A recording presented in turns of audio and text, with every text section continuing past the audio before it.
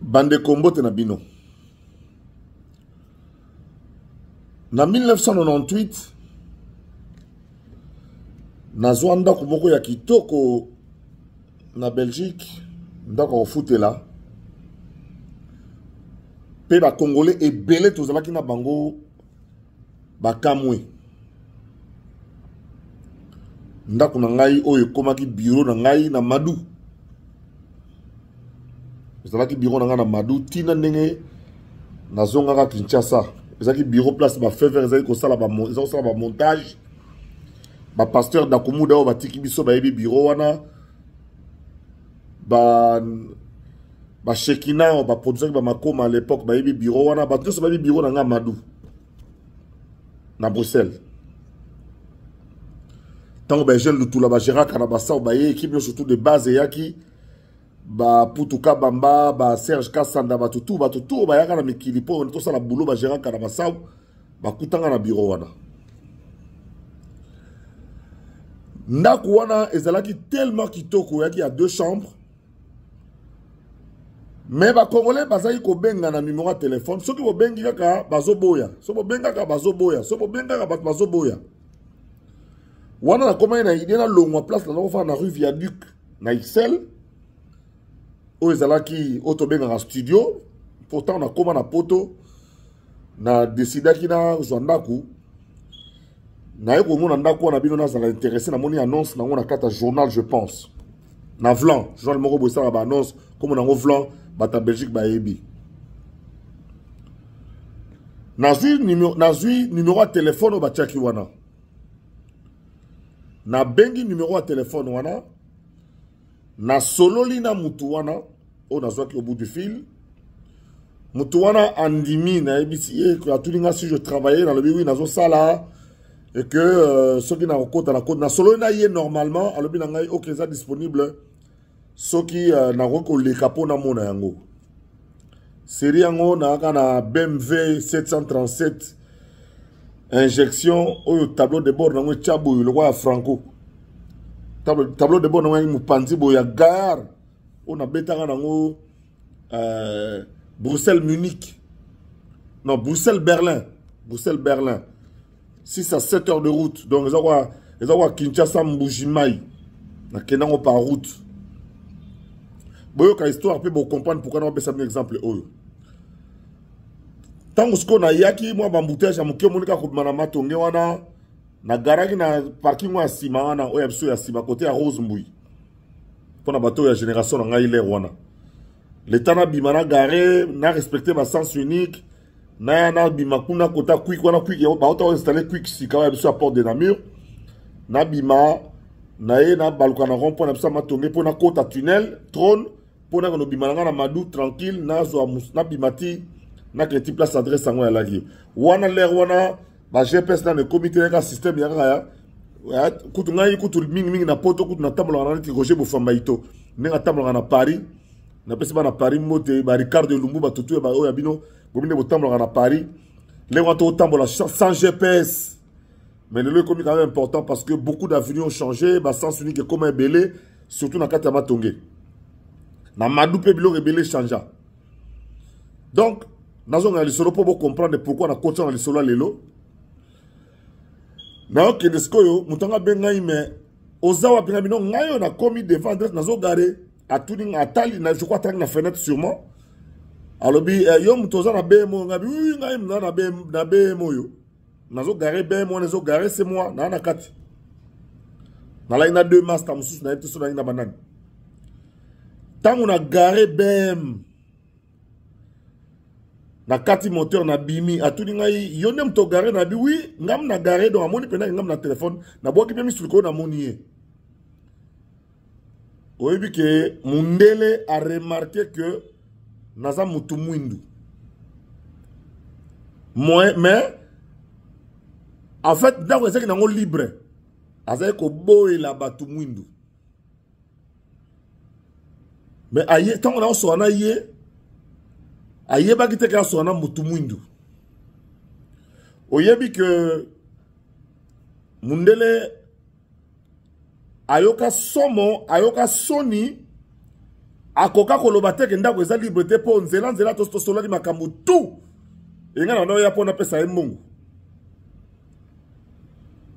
na mata na sona na mata ti likolo il y avait je crois 6 appartements yezaki appartement à gauche liko deuxième ba na madubo yebi na pesi mbote na afan de house pour ngane to agi bara moko na matiti likolo na kena fini na mati na koti azo tala ngai donc azo comprendre te to continuer ko solo là na signé contrat na pesi mongo to bakisima ka musu belé okita mundele na suka na mundela fungwami. Vous êtes de quelle origine? Non, je suis congolais. Ah mais franchement, c'est la... Allez, je vous dis ce qu'il m'a dit.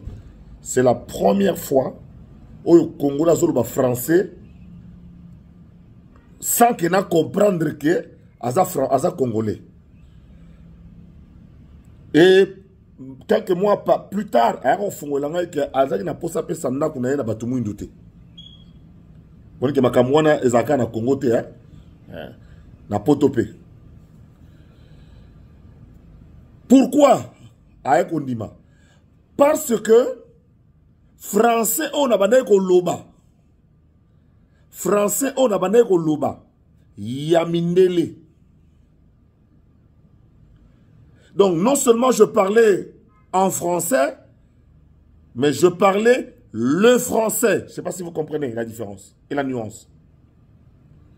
Non seulement je parlais en français, mais je parlais le français. Son français à lui, dans son langage qu'il comprenait, avec les mots, la diction et la prononciation qui étaient les siennes. Et je l'ai mis devant un fait accompli. C'est ce qui s'est passé avec l'accord pour la paix. Moi, j'appelle ça la paix, l'accord pour la paix en République démocratique du Congo. En fait, je voudrais comparer ceci à ce qui s'est passé réellement devant Donald Trump. L'anglais que parlait Wagner Kaikwamba était ultra compatible et compréhensible face à Donald Trump. Regardez les images. Combien de fois Donald Trump s'est retourné pour admirer Wagner Kaikwamba, qui parlait l'américain, qui parlait en anglais, mais qui parlait l'américain, exactement comme dans la culture de Donald Trump. Et vous savez, je me suis fait expliquer ça par Paul Fikipo hier. Donald Trump a félicité Kaikwamba. Il l'a félicité. On sent l'estime et l'admiration. Oyo Donald Trump a dit envers Kaikwamba. Parce que Kaikwamba, l'américain oya zako loba, anglais oya loba ki eza anglais oya biso ya English for Africa te. Eza loba ki pena anglais oya bozindo oya kati. Et rappelez ngai français on a solo laka na mundele ti na vanda na bureau wana mbula na mbula batutu boye ba fever montage bano salama wana ba gera karabasa ou ba ejel lutula batutu baye nana yebinda ko ate ba mateke ba mulamba ba vanda wana ba kazadi akela ba Serge Kassanda ba vanda wana Serge Kassanda c'est un réalisateur oya sport 7 lelo. Donc accord oyo batebele va comprendre en côté. Yango nazo comprendre te. Bato balobaka français en nambu. En fait, le texte que nous voyons là est un texte écrit à la base en américain. Et il a été traduit. Donc c'est difficile pour na yo yolobaka français en nambu pour comprendre ce qu'il y a dedans. Voilà pourquoi agitation yako sakanate. Le français oyo Kaikwamba lobaki. Donc le français au Zakari baba soit lobaki. Oyo ndako sali plus de 2 mois mutaswa kangote po mututu azosenga kokota na ndako wana François azolobela pona kosenga ndako wana François azolobela pona kosenga ndako wana eza compatible te na mundele na mutu aye kobenga ya lobi mundela yoki habite oyo congolais te oyo zaïrois te mais tanga bimbo moli eza zaïrois baluki atali ndenge Trump tanga kai komba azoloba po Trump ayoka ba anglais ba africain ayoka ba anglais ba ministre affaires étrangères mais aote koyoka anglais ya anglais bande ko ngai na so koti na page Facebook na ngai nde okomona makambo ebele na komi kuna yona kozongela pona partager na bino na ndenga kosakana te. Mais si l'accord n'est pas bon pour la RDC, pourquoi Kagame, Kabila, Katumbi, Nanga sont agités? Nabatu Nabango, Yaba français en Ndambo. Journaliste au voyageur, aux en passeport, journaliste au Kenalem sous tourisme na poto, au salon na Teva Mundele te.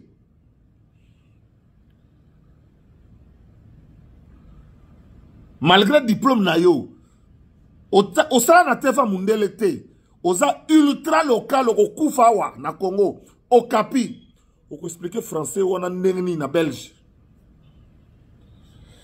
Donc, ba ignorant, ba bimbusu na bimbusu, baza ko soa na bango sur quelque chose qu'ils ne maîtrisent pas. Bolobi akor eza nango bien te. Mais bozo li bomande nini. Bozo li bomande nini. Botala bien, bato ba osala débat. Ba anti-accord, bato ba Corneille Nanga, ba Kabila, Kagame bilobela. Awa na Congo kutu na otanga bato te po bana niveau na ngate. Boza tellement mikie ke na bino tinate. Beaucoup de gens ont fait en Amérique. J'ai écrit ceci dans la page Facebook. Bagnon-solog Bazu Chimie. La sorcellerie, c'est lorsque des hommes de presse ultra locaux et des analystes sans passeport envahissent les plateaux TV et les réseaux sociaux pour expliquer ce qui est écrit sur base du langage américain. Kindoki. Si l'accord n'est pas bon pour la RDC, pourquoi Kagame et ses pantins Kabila, Nanga, Katumbi sont-ils agités? Pourquoi? Et j'ajoute ce que le professeur Godin Mpoyi dit à propos de l'accord pour la paix en RDC. Je valide et participe et partage ici la compréhension du député national, professeur des universités et député national, pasteur Godin Mpoyi, qui dit, et je cite, accord RDC-Rwanda. Évitons des analyses grises. Totalement préparée par les Américains, sa compréhension n'est pas tropicale, elle n'est pas locale. Toi qui n'as jamais voyagé, expliquez mon nérénini. La polémique Made in RDC sur un texte en provenance de la capitale mondiale de l'intelligence me laisse perplexe. Cet accord, le texte de cet accord, est à cheval entre le droit, la géostratégie, la géopolitique, la géoconfluence et la géoéconomie et exige une lecture polygonale. Il n'annule nullement la résolution 2773. Il ne l'annule pas. Bien au contraire, les explications de la Mineta des Affaires étrangères sont conformes à la lecture des médias américains. La RDC égale la paix, l'intégrité du territoire. Le criticisme parcellaire déconstruit le construit. Quand on a lu sur Congolais, il y a autant à Wapi. Dans l'université, il y a comment Wapi après. Comment professeur Wapi, il va applaudir pour le professeur Awa. T'es. Vous comprenez, le débat, papa, le accord est bien, mais vous dites, pourquoi?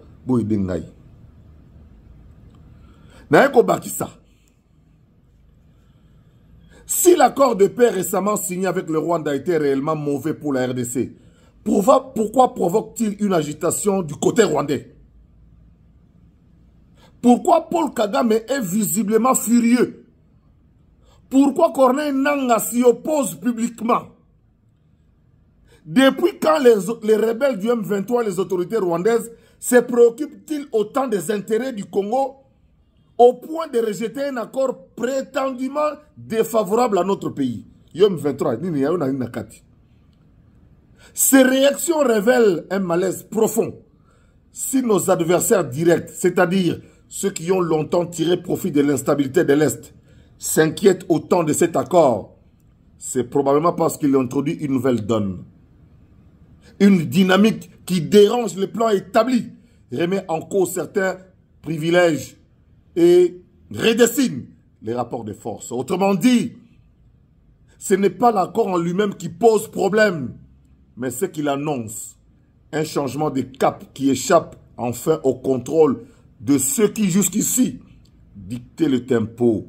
Il suffit de voir qui s'agite pour deviner qui perd quelque chose dans cet accord. J'ai lu ça pour vous dans un groupe. J'enchaîne sur l'accord. Bateau, bolobi accord en weza na bien te kasi botika ngo échoué.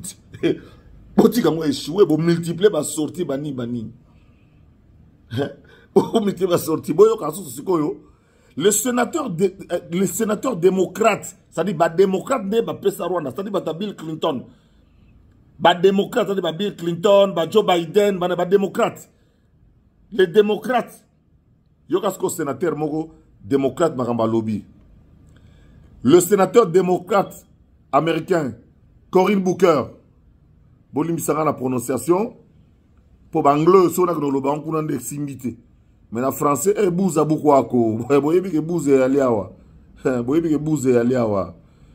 Je vais vous lire. Il a fait 143 points, je vais aller vite.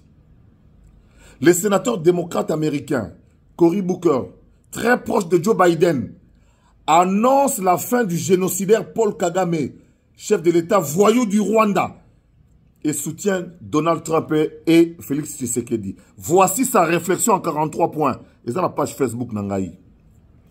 L'heure est venue de tourner la page de la région des Grands Lacs. 2. Aujourd'hui, je prends la plume non seulement comme sénateur, mais comme homme de conscience. 3. Parce qu'il y a des vérités que l'on ne peut plus taire. 4.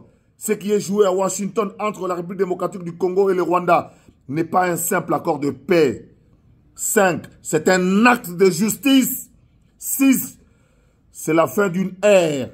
Et c'est un grand signal fort. Le règne de Paul Kagame sous la région de Grands Lacs touche à sa fin. 7. Pendant 30 ans, la République démocratique du Congo a payé le prix du silence international. 8. Elle a été exploitée, raquetée, violée, humiliée. 9. Le prétexte. 10. Et ça c'est Kagame. La traque de génocidaires présumés. Et la réalité. Et la 11. Une guerre de prédation, d'occupation, menée au nom d'intérêts économiques et géostratégiques. Je continue sans citer le numéro.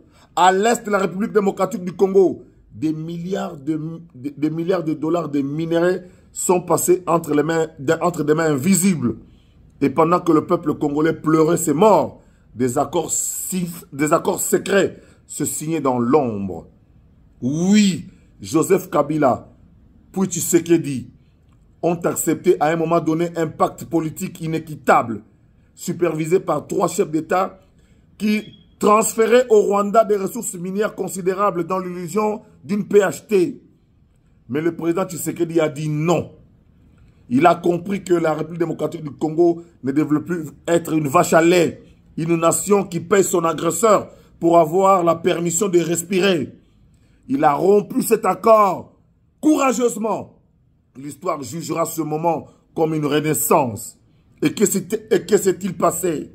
Ceux qui ont bâti leur pouvoir sur la soumission du Congo ont pris les armes.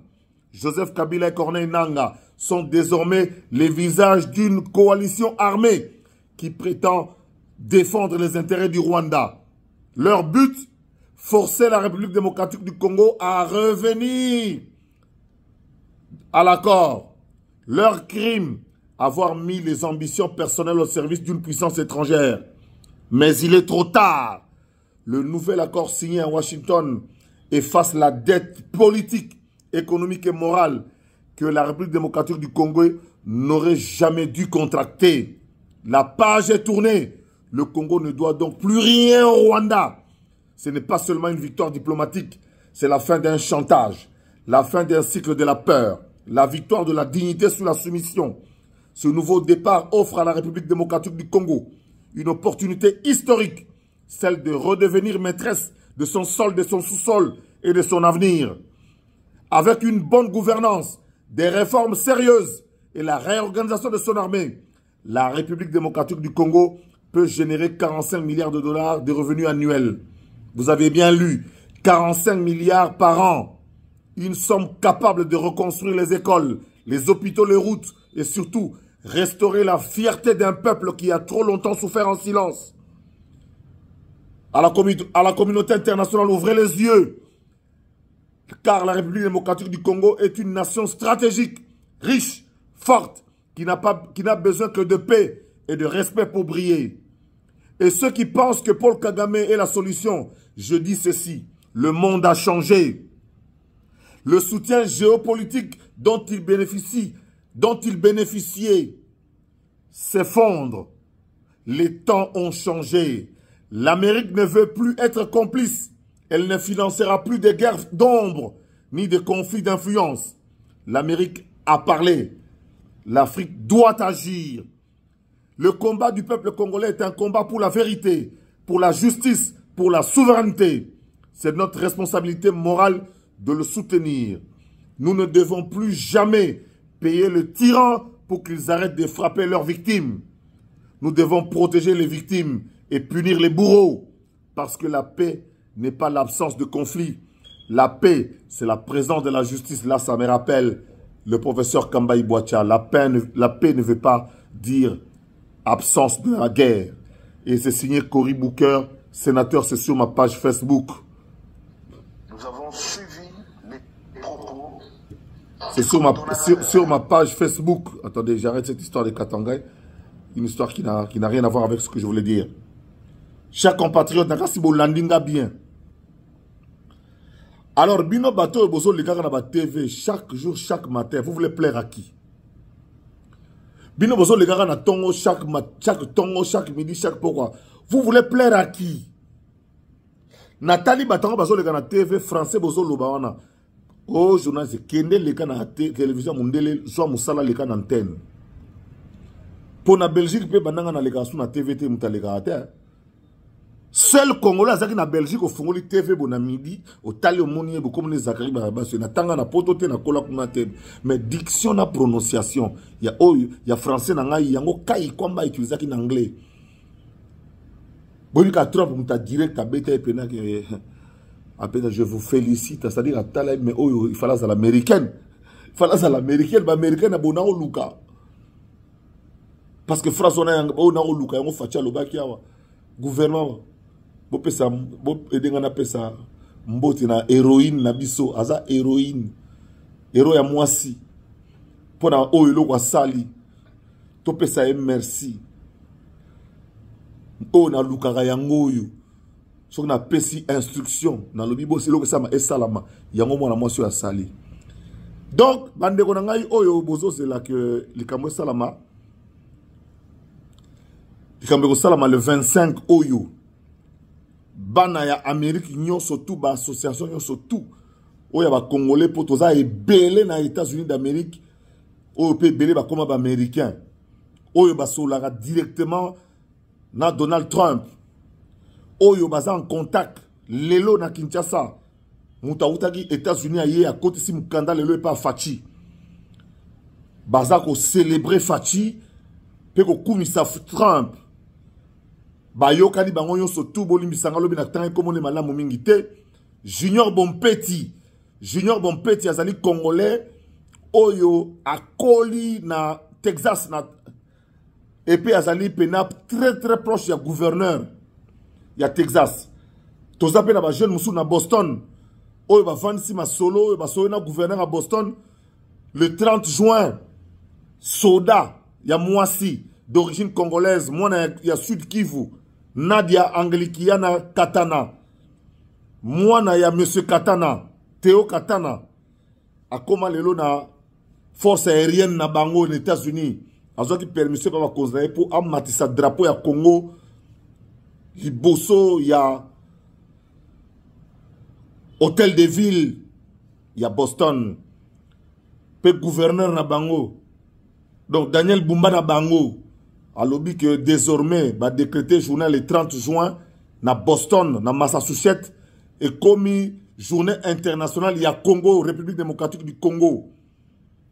Pe ba pelisa ki minda na couleur na biso bleu, rouge, jaune et pela ki na fronton donné longi ya hôtel de ville na bureau ya Daniel Bumba na bango ya Boston. Mwinde pele kuna banda 18h ti 22h pour na kopesa kotia maboko na Congo. Na kasi bomoni touro yo ndenge nzamba sali na moni depuis année passée bana mikie o babota mi na poto baye musu bayana no Congo te bana mikie o bayebi koloba lingala te bana mikie qui n'ont rien à foutre na ba détournement ba millions ya makambe bele sala makawa bana mikie o bayebi te ke ba courir sala maka commence mo bulu bana mikie bayebi te ko shekamine te kamaka na Kabila bana mikie o bayebi te soki nini mais bana wana ba telemi kaka pona kombo Congo partout na Irlande na États-Unis partout na ba état nyonso ya Europe mboka nini te yesa na pa kota ba arabe to monde ba congolais ba telemi eloko moko bo to komi na tango ya sika tala sénateur oyo eza lokola mutu a pouvoir mutu ya côté ya bato ba bénéficier na Rwanda bato ba Bill Clinton lelo ba boyi ba expliquer que masolo sili page Facebook na ngai kende kuna soit pe abonnement Zakari Baba se wishi zaka moko nazaka na compte ka moko ya Facebook moko ya TikTok moko ya YouTube yango Congo horizon 2060. Pourquoi 2060? Parce que pour nga nazomona que toza na choité d'ici 2060 to traîne combien d'années 35 ans ya pamba il faut Congo dans 30 ans échanger toza na 30 ans pour na ke bano to bota pour dans 30 ans na beta machine na ozala. Dans 30 ans, nous avons 91 ans. Ngai. Nous avons 90 ans. Dalai Lama Kosa. Tozalako. Donc, Sambela, en 2060, 100e anniversaire à Congo. Tozala. Ngana Rosala Ngai. Ngapena na lingi na ngana zala. Nzambe. Na lingi na zala. Ngai na lingi na zala. Na 100e anniversaire. Pour na 30 ans, au total, en nini. Le roi la fatia zo posé sous bassement. Mon de la taralikambo. Mon de la taralikambo d'ici 2000. Ngana boula déjà. Na sala logo il y a 2 ans. Horizon 2060. Vous comprenez? Horizon 2060. Ndé Mobutu betara na 60 en 1969, 65 à l'objet objectif 80. Donc le solo à 1980. Et jusqu'à 1980, Moussa le Salamaki. Ngaï na monaka 2060. Objectif 2060. Nous avons 30 ans pour corriger toutes les erreurs. Encore les lots, tout a déjà été fait. Tout comme tant ordinateur, tant internet. Et nous avons des enfants formés. Dans ma camo italien internet. Tout ça, les jeunes sont formés dans le monde entier, dans toutes les universités du monde. Les Congolais se sont débrouillés pour étudier. Nous avons la diaspora qu'il faut aujourd'hui. Les parents sont allés là sur Bakatsa, Banaja, Bamaï, Papa Kota na poto, Banaja, Bakota Kota, Bazamba, Brésil, Pop, les États-Unis. Les lots Bana, Bana Batangi, Bakomi Batou. Tout ça, Bana Wana, il est temps, rappel des troupes et Salama. 2026, les alliés, début, il y a Air Nouvelle. Début, il y a la première année, il y a 35 prochaines années.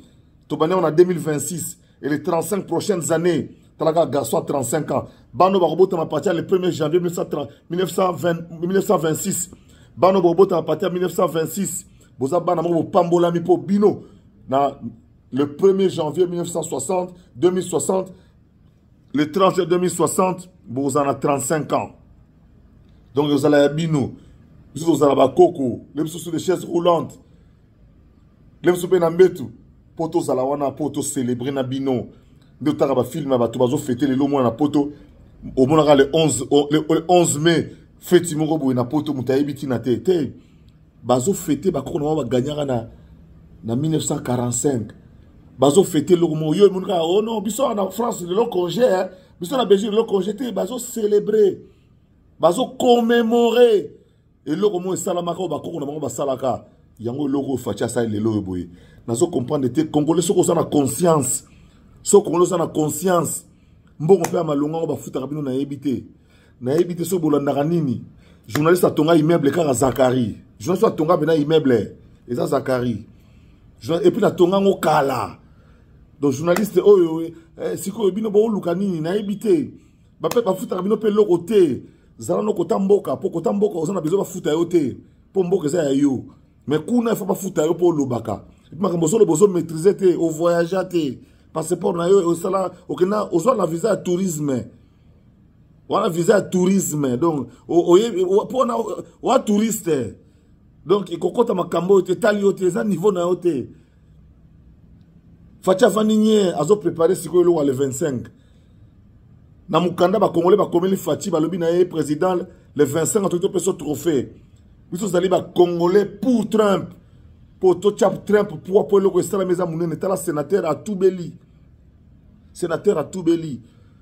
tango Kagame exili wazai ko ba afa basali comme en Afrique centrale ba otuna yi Kagame qui renouveler la classe politique asuki nangana suki sala likambo yo boye na soli lelo na monsieur Célestin Chibalonza ngana yebaki na poto po bayaka ye na mwenze Kongolo na ngopos na maître mwenga bayaki bango 4 les wana Célestin Chibalonza les wana maître les wana on a tanga komo ina ni garçon ya mwadingusha oyo o atanga na lwambo oyo na oti kotanga ministre mwenze Kongolo. Moi je travaille déjà à Télé Bruxelles, j'avais mon émission ngana meme bango partout. Likambu ya ba FDLR na yo kansango le merci Célestin de m'avoir rappelé ça. Célestin me dit Zakari mais toi tu es témoin de l'histoire. Nous sommes venus en Belgique avec le ministre de la Justice parce que qui assumait les fonctions du ministre de la Justice, mais avant il était ministre de l'Intérieur, Mwenze Kongolo, pour leur faire part de la détermination de Mouzé. Yako Zongi Saba, Hutu, on les appelait comme ça, les Hutu rwandais. Oyo to kotisaki na Congo en 1994.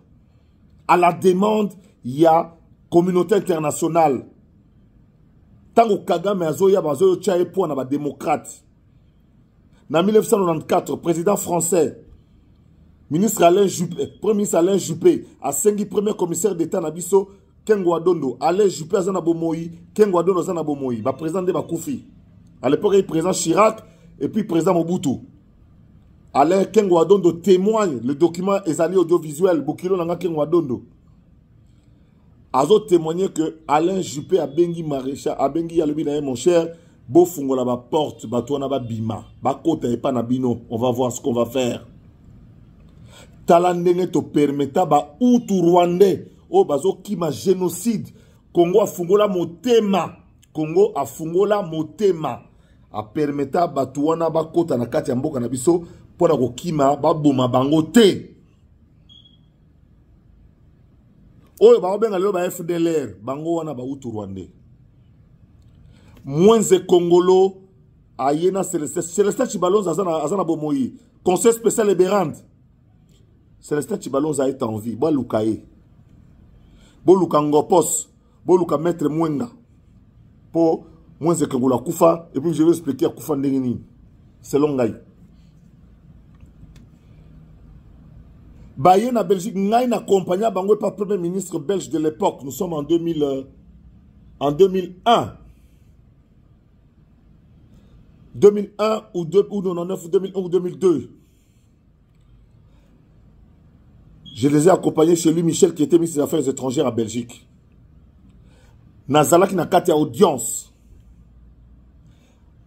Mwenze Kongolo alobi na yebisi lui Michel que wana muzena akufite que biso bosalisa biso tozongisa ba Hutu oyo bayaki pa na biso et pa na bango wana muzena akufite tosengana tozongisa bango et pa na bango Mwenze Kongolo pe opération wana esalamaki. Célestin Chibalonza me rappelle Zakari tozonga na Congo 12 000 Hutu rwandais sont rentrés chez eux avec l'aide de la MONUC à l'époque, MONUSCO Lelo, du HCR, de l'Organisation internationale de l'OIM et de nombreuses autres organisations, Médecins sans frontières, Association congolaise, à droits de l'homme, 12 000 Hutu Rwandais, FDLR. Vous savez quoi? Tant que Bomi Mouzé en 2001, 2002-2003, Kagame a réarmé bango na mboka na bango, a zongisi bango lisu na Congo, lokwa bayebaki mabela Congo, babandi bitumana biso. Ça c'est l'histoire vraie. Monsieur le conseil spécial, Yoka dossier au Malamu, professeur Berand, le cas un certain Célestin Chibalonza. Azana Bomoui, Azala qui parsec il y a monsieur Moïse Kongolo. Péaro comme gouverneur il y a Sud Kivu n'atteint le Kombo. Célestin Chibalonza. Tellement Moussala on est salamaki tellement bien. Le 30 mars 2003, Kabila sali remaniement. À Longoli Moïse Kongolo, à la demande il y a Paul Kagame. Moïse Kongolo, le 30 mars 2003, à Longwa, Sankayeba, Longoli na gouvernement et descente aux enfers et Bandawana. À la demande, il y a Paul Kagame, parce que Paul Kagame, Moutaz Revesa qui est le cola, moi na mobali wana Moïse Kongolo, Azala qui te, petit musée. Oye sa musée, kota musée idéologique batu oyo na bango oyo. Batu oyo sengi to Moïse Kongolo utaka États-Unis d'Amérique. Barana ba mampanga, boyebi histoire, boyebi série. Petit pena ya musée. Même Bizi Makara oyo bomonaka oyo. Moko pe boto lo ba vérité. Azana Moïse Garouga boté, Azana Roubero até. Petit musée. Qui m'a rendu le yenge boui. Il y a ça motif. Bazé belé. Petit musée. Ko solo la lelo. Expliquer biso histoire. Pour to comme na tango ya justice transitionnelle. Oyo luzolo bambi. A lobela depuis. Pe Kabila betarango kara. Tala ndenge babara. Moïse Kongolo.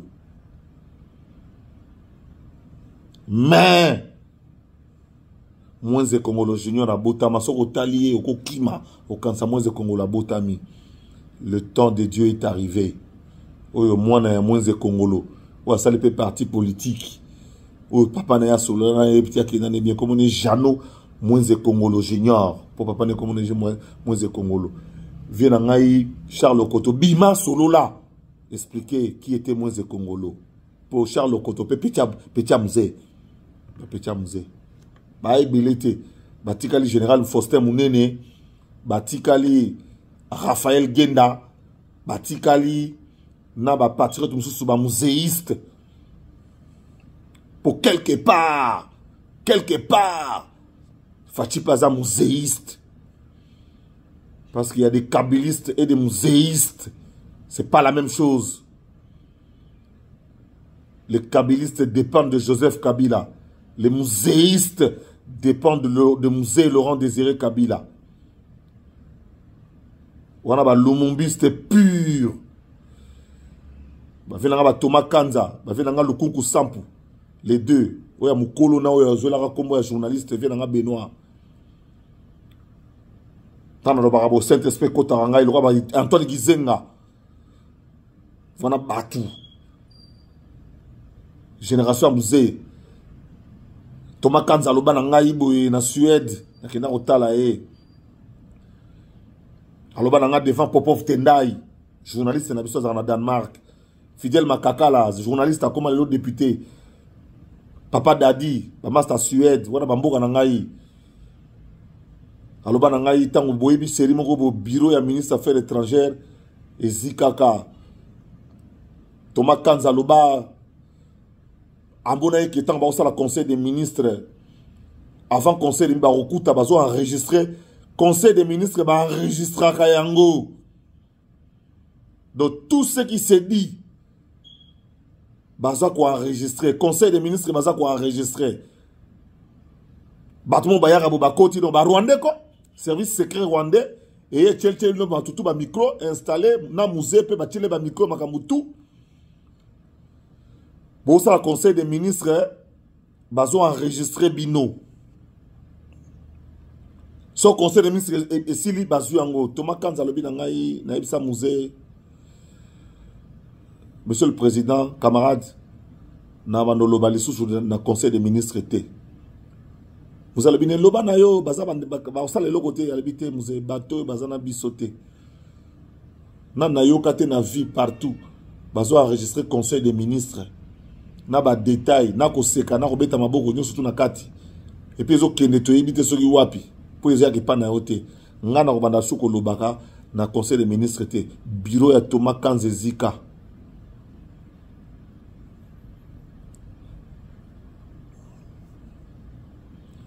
Bon temps na solo siko na lukunku sampu ya mukolo. Lukunku sampu ya mukolo o ba pesaka Benoît lukunku sampu na biso ba kima Congo makolo. Pasio yo ba kimela oyo ba impérialiste ba monisa bango. Ça dit que ba kima sa hotel matina soka mokili ba se retrouver na Moscou. Likola ko kima. O ba kanga ba zongisa bango par Brazzaville ba la 400 ba kosa bango ba boma bango. Ba boma ba Moïse Tchombene na Algérie ti lelo ma ebembe zonga te. Ti ba Rwandais ba boma musée. Na complicité ya suivez mon regard. Lui on a pour na makamona te pour na sona côté pour na Santa neti Saint-Esprit kotinga et comme guider nga et comme diriger nga na loba. Omoni fachi ils a été il y a Saint-Esprit il y a été il y a nguya mususu makambo ezo charger na mboka oyo yom to sambela ki nzamba répondre nzamba répondre déjà na lo ba pipi dongote tika la malamu.